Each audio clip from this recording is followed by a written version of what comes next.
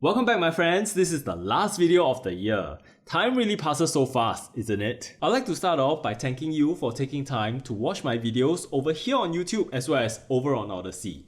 Also for your engagement such as liking, subscribing to the channel and especially leaving the comments. I'm really proud of my videos comment section because all of you ask some really high quality questions or leave invaluable comments. So in today's video, I'm going to sum up my thoughts of the biotech sector in 2021 as well as why I delay revealing my trades and finally what is to come next year. By chance, I will also be covering a new darling of the ARKG Genomics ETF, which is Ginkgo Bioworks. So stay tuned. But before that, let's roll the intro for the last time this year. I've been teaching biology since 2004. On this channel, I hope to simplify and explain the science behind the companies that's driving the genomics revolution, one video at a time.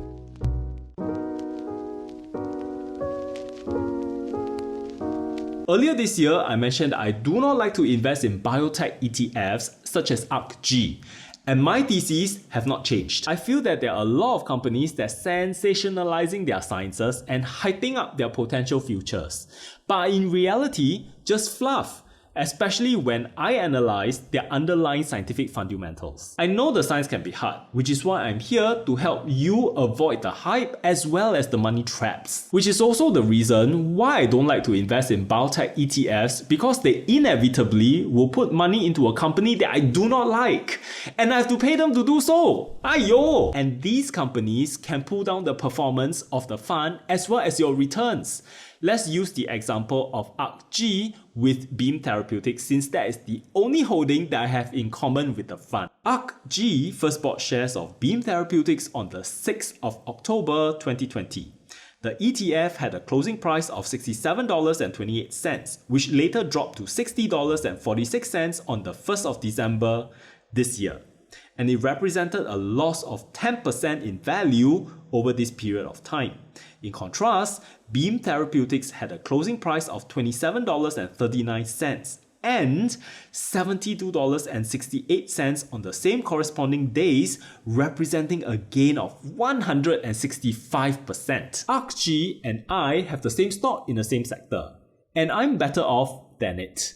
I'm not trying to say that I'm the next chicken genius, but what I'm trying to say is that if you understand the business that you're invested in, you do not need to diversify using a sector ETF. Now, I want to specifically call out ARKG because of an extremely risky position that they are putting their investors in. ARKG started to snap up lots of Ginkgo Bioworks shares recently. In fact, in a short period of time, it is now a top 10 holding.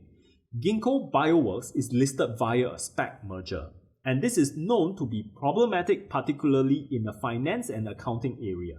And true enough, lawsuits are emerging over this exact issue. Plain Bagel has a great video talking about SPAC problems and links are in the video description below. And I'm not done yet. One of the issues with Ginkgo is that a recent report by Scorpion Capital alleged round trips of cash. Doing a little digging on my own, one of the clients using the Ginkgo Bioworks was Motif. Guess who is the president of Motif? It's none other than Reshma Shetty, who is incidentally also the COO of Ginkgo Bioworks. I'm not alleging anything, but this sounds really familiar. You know, when you spend on the first credit card and you use the second credit card to pay off the first credit card and the first credit card in turn to pay off the second one. Contrast this to my favorite biotech company, Beam Therapeutics, who sold licensing of the Cas12b to Sana Biotechnology.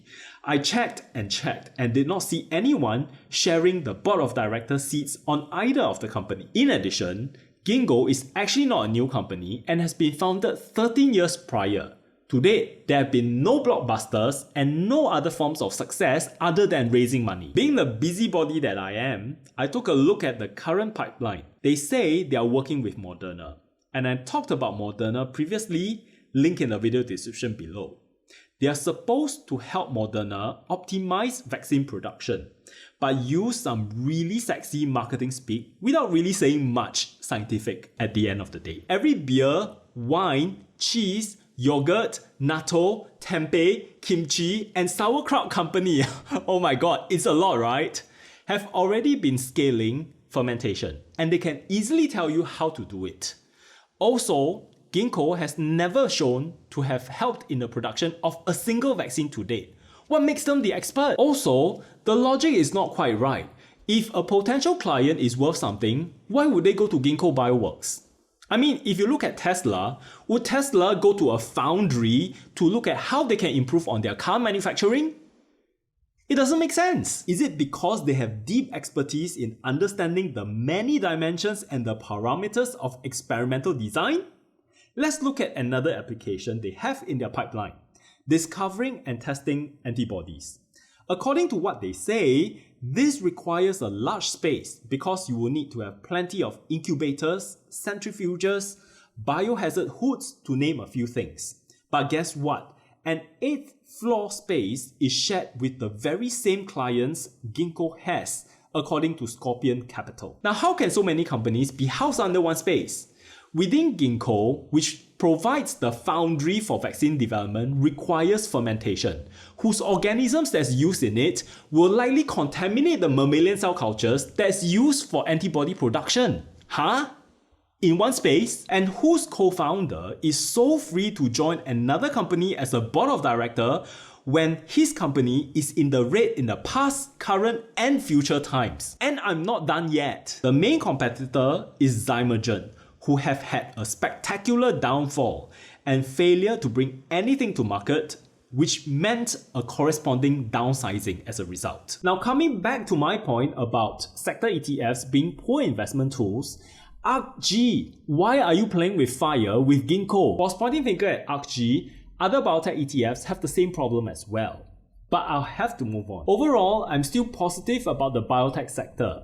But my friend, you have really got to be careful when you are picking the companies. As the interest rates are likely to increase in 2022, there may be some bargains around the corner as the prices of some of these growth companies start to decline. But all gene editing companies are still pre-revenue, which is why in my biotech portfolio, Illumina has a bigger position now compared to Beam Therapeutics. I choose Illumina because of its strong position in the market, as well as the revenue it consistently produces, and finally, it is cash flow positive. Even then, I personally believe that Beam Therapeutics will be a 20x, especially come October 2024, because that's when the first clinical trials of CRISPR technology will conclude. If you have noticed, you realize that I review my trades much later after my transaction dates. One of the reasons is because it takes time to produce YouTube videos, creating the time lag. Also, I prefer to show you how to fish rather than to give you the fish. I don't want you to copy me. Instead, I would prefer that you understand how I derive a certain conclusion. That way, you gain the skills of dissecting a biotech company yourself in the future, because there will come a point in time where I will pass on too. Plus, I am not perfect and I do make mistakes too. Still, you can look forward to the next year where I will review for the first time how my portfolio have grown over the past 2 years. I want to show you how a thousandaire like me can eventually get there. And if I can, you definitely can too.